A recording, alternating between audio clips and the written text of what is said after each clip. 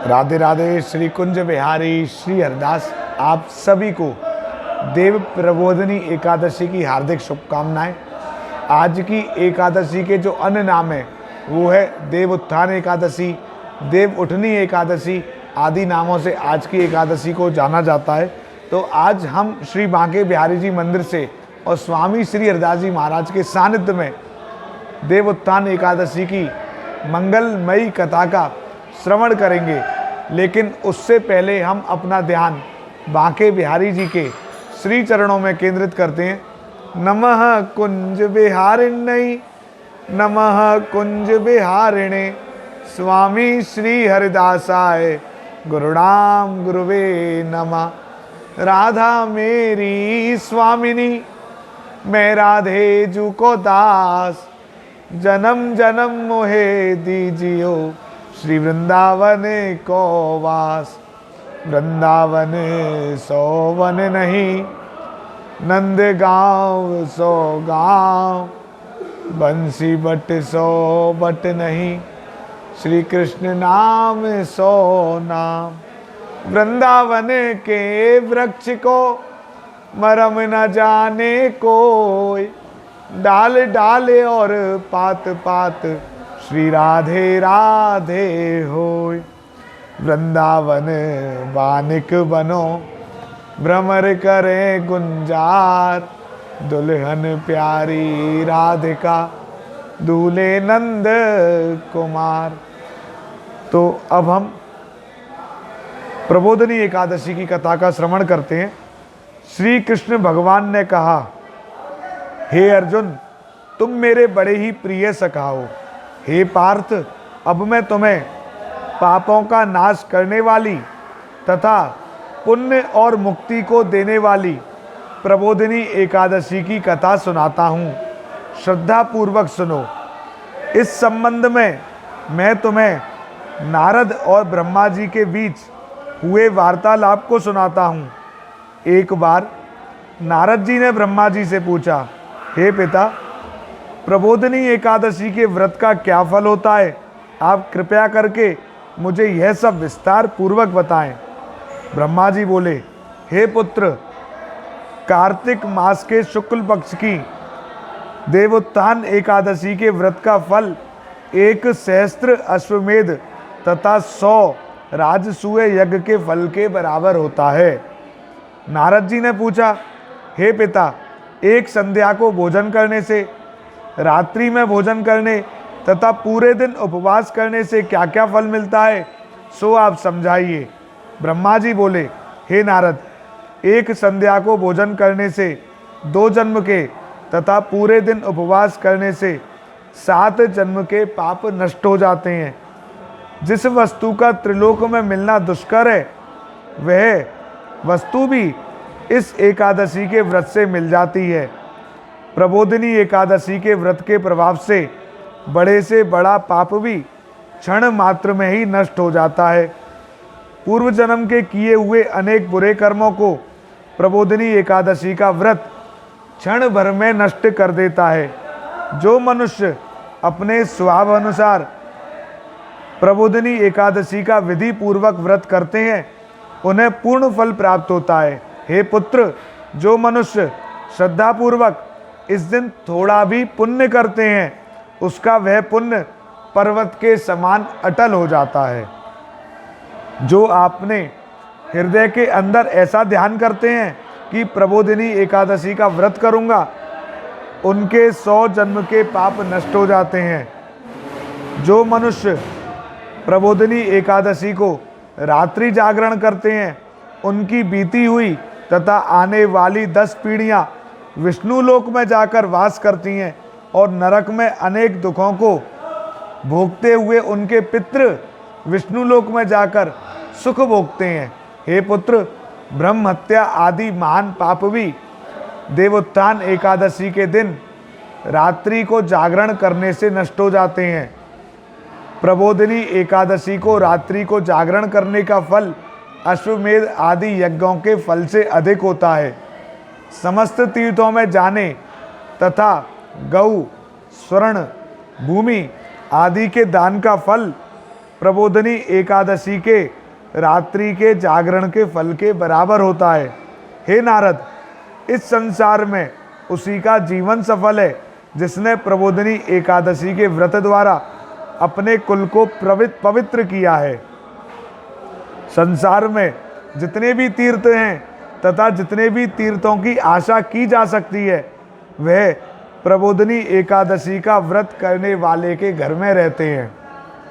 मनुष्य को समस्त कर्मों को त्यागते हुए भगवान की प्रसन्नता के लिए कार्तिक मास की देवोत्थान एकादशी का व्रत अवश्य करना चाहिए। जो मनुष्य इस एकादशी व्रत को करता है वह धनवान, योगी, तपस्वी तथा इंद्रियों को जीतने वाला होता है, क्योंकि एकादशी विष्णु भगवान की अत्यंत प्रिय है। इसके व्रत के प्रभाव से मनुष्य पुनः जन्म नहीं लेता है। इस व्रत के प्रभाव से कायिक, वाचिक और मानसिक तीनों प्रकार के पाप नष्ट हो जाते हैं। इस एकादशी के दिन जो मनुष्य भगवान की प्राप्ति के लिए दान, तप, हवन, यज्ञ आदि करते हैं, उन्हें अक्षय पुण्य मिलता है। प्रबोधिनी एकादशी के दिन भगवान की पूजा करने से बाल, यौवन और वृद्धावस्था के समस्त पाप नष्ट हो जाते हैं। इस एकादशी की रात्रि को जागरण करने का फल सूर्य ग्रहण के समय स्नान करने के फल से सहस्त्र गुना अधिक होता है। मनुष्य अपने जन्म से लेकर जो पुण्य करता है, वह पुण्य प्रबोधिनी एकादशी के व्रत के पुण्य के सामने व्यर्थ हैं। जो मनुष्य प्रबोधिनी एकादशी का व्रत नहीं करता, उसके समस्त पुण्य व्यर्थ हो जाते हैं। इसलिए हे नारद, तुमको भी विधि पूर्वक विष्णु भगवान की पूजा करनी चाहिए। जो मनुष्य कार्तिक मास में धर्मपरायण होकर अन्य व्यक्तियों का अन्न नहीं खाते, उन्हें चांद्रायण व्रत का फल मिलता है। कार्तिक मास में भगवान दान आदि देने से जितने प्रसन्न होते हैं, उतने शास्त्रों की कथा सुनने से प्रसन्न होते हैं।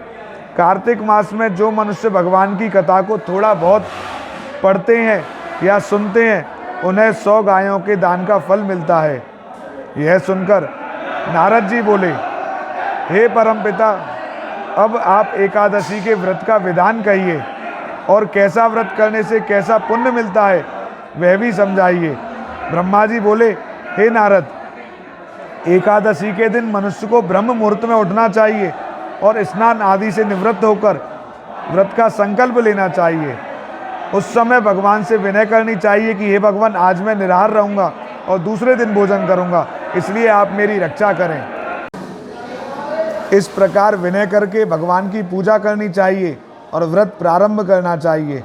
उस रात्रि को भगवान के समीप गीत, नृत्य, बाजे तथा कथा कीर्तन करते हुए रात्रि व्यतीत करनी चाहिए। प्रबोधिनी एकादशी के दिन कृपणता को त्याग कर बहुत से पुष्प, अगर, धूप आदि से भगवान की आराधना करनी चाहिए। शंख के जल से भगवान को अर्घ्य देना चाहिए। इसका फल तीर्थदान आदि से करोड़ गुना अधिक होता है। जो मनुष्य अगस्त पुष्प से भगवान की पूजा करते हैं, उनके सामने इंद्र भी हाथ जोड़ता है। कार्तिक मास में जो बेलपत्र से भगवान की पूजा करते हैं, उन्हें अंत में मुक्ति मिलती है। कार्तिक में जो मनुष्य तुलसी जी के भगवान की पूजा करता है, उसके 10,000 जन्मों के समस्त पाप नष्ट हो जाते हैं। जो मनुष्य इस माह में श्री तुलसी जी के दर्शन करते हैं या छूते हैं या ध्यान करते हैं, कीर्तन करते हैं, रोपण करते हैं अथवा सेवा करते हैं, वे 1000 कोटि युग तक भगवान के घर में रहते हैं। जो मनुष्य तुलसी का पेड़ लगाते हैं, उनके कुटुंब में जो पैदा होते हैं, वे प्रलय के अंत तक विष्णु लोक में रहते हैं। जो भगवान की कदम्ब पुष्प से पूजा करते हैं, वे यमराज के दुखों को नहीं पाते।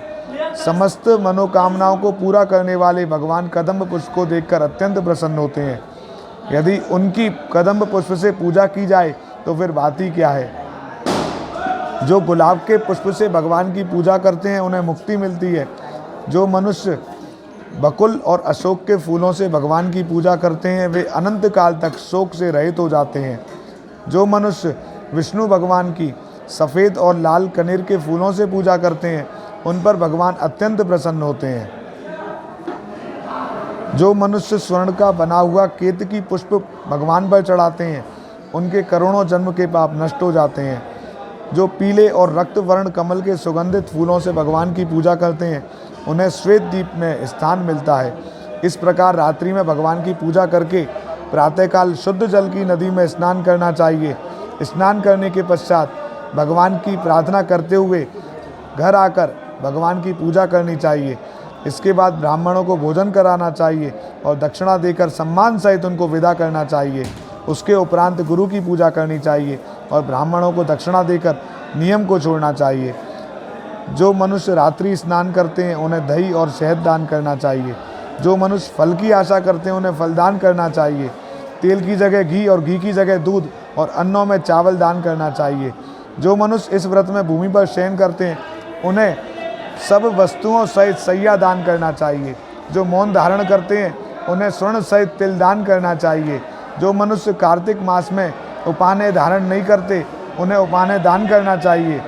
जो इस मास में नमक त्यागते हैं उन्हें शक्कर दान करनी चाहिए। जो मनुष्य नित्य प्रति देव मंदिरों में दीप जलाते हैं उन्हें स्वर्ण या तांबे के दीप को घी तथा बत्ती सहित दान करना चाहिए। जो मनुष्य चातुर्मास व्रत में किसी वस्तु को त्याग देते हैं उन्हें उस दिन से पुनः ग्रहण करनी चाहिए। जो मनुष्य प्रबोधनी एकादशी के दिन विधि पूर्वक व्रत करते हैं उन्हें अनंत सुख मिलता है और अंत में स्वर्ग को जाते हैं। जो मानव चातुर्मास व्रत को बिना किसी विघ्न के पूरा करते हैं उन्हें दोबारा जन्म नहीं मिलता। जिन मनुष्यों का व्रत खंडित हो जाता है उन्हें दोबारा प्रारंभ कर लेना चाहिए। जो मनुष्य इस एकादशी के महात्म को सुनते व पढ़ते हैं उन्हें अश्वमेध यज्ञ का फल मिलता है। कथासार, स्वाध्याय, तपस्या व त्याग की दृष्टि से चातुर्मास का नियम बेहद महत्वपूर्ण है। भगवान श्री विष्णु जी भक्ति में लीन होने के लिए यह समय अत्यंत उत्तम है। गृहस्थ में बंधा व्यक्ति भी चातुर्मास में भगवान विष्णु की भक्ति का पूरा लाभ उठा सकता है। इस वीडियो को आप ज़्यादा से ज़्यादा शेयर करना ताकि अन्य भक्त भी आज की पावन एकादशी की कथा का श्रवण करें। और आपने भी सुना इस कथा को सुनने और सुनाने से अश्वमेध यज्ञ का फल मिलता है। तो बिहारी जी की कृपा आप सभी पर बरसती रहे। श्री कुंज बिहारी श्री हरदास।